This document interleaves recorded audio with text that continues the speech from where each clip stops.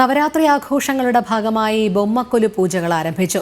കോഴിക്കോട് കേസരി ഭവനിലെ നവരാത്രി സർഗോത്സവത്തിൽ ഇത്തവണയും ബൊമ്മക്കൊലുകൾ ഒരുക്കിയിട്ടുണ്ട്. ബ്രാഹ്മണ മഠങ്ങൾ കേന്ദ്രീകരിച്ചും വിപുലമായ രീതിയിലാണ് ബൊമ്മക്കൊലു പൂജകൾ നടക്കുന്നത്.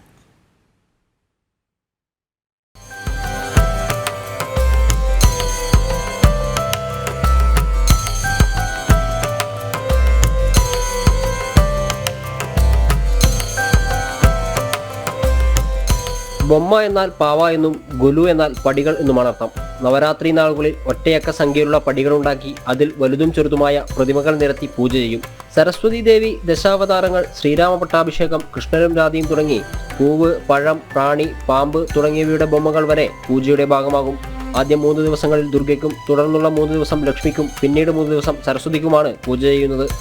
ദേവി ദേവന്മാരും എല്ലാം ഒന്നാണെന്നുള്ളൊരു സങ്കല്പം കൂടി ഇതിലൂടെ നമ്മൾ കൊടുക്കുന്നുണ്ട്. ഇപ്പം ഇവിടെ നമ്മളിപ്പോൾ 4ാമത്തെ വർഷം വെക്കുന്നത്, ഓരോ വർഷവും ഓരോ പുതിയ ബൊമ്മകൾ കൂടി നമ്മളിതിലേക്ക് ആഡ് ആക്കുന്നുണ്ട്. ഇവിടുത്തെ മാതൃസമിതിയാണ് ഇതിന് വേണ്ടിയിട്ടുള്ള കാര്യങ്ങളൊക്കെ ചെയ്യുന്നത്. പിന്നെ വൈകിട്ടും രാവിലെയും ആരതി നടക്കും. ഇതിൻ്റെ ആരതി രാവിലെ നമ്മൾ ഫ്രൂട്ട്സ് എന്തെങ്കിലും വെക്കും, വൈകിട്ട് ഇങ്ങനെ ചെറുപയർ അല്ലെങ്കിൽ സുണ്ടൽ, കടല അങ്ങനെയൊക്കെ വെച്ചിട്ടാണ് നിവേദ്യം വെക്കുന്നത്.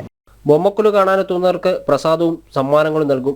ബൊമ്മക്കൊലു പൂജയിലൂടെ ദേവീ സാന്നിധ്യം ഉണ്ടാകുമെന്നും ഇത് ഐശ്വര്യം കൊണ്ടുവരുമെന്നുമാണ് വിശ്വാസം. തമിഴ്നാട്, കർണാടക, ആന്ധ്രാപ്രദേശ് തുടങ്ങിയ ദക്ഷിണേന്ത്യൻ സംസ്ഥാനങ്ങളിലാണ് ബൊമ്മക്കൊലുകളെ കൂടുതൽ കാണാൻ കഴിയുക. ജനം, കോഴിക്കോട്.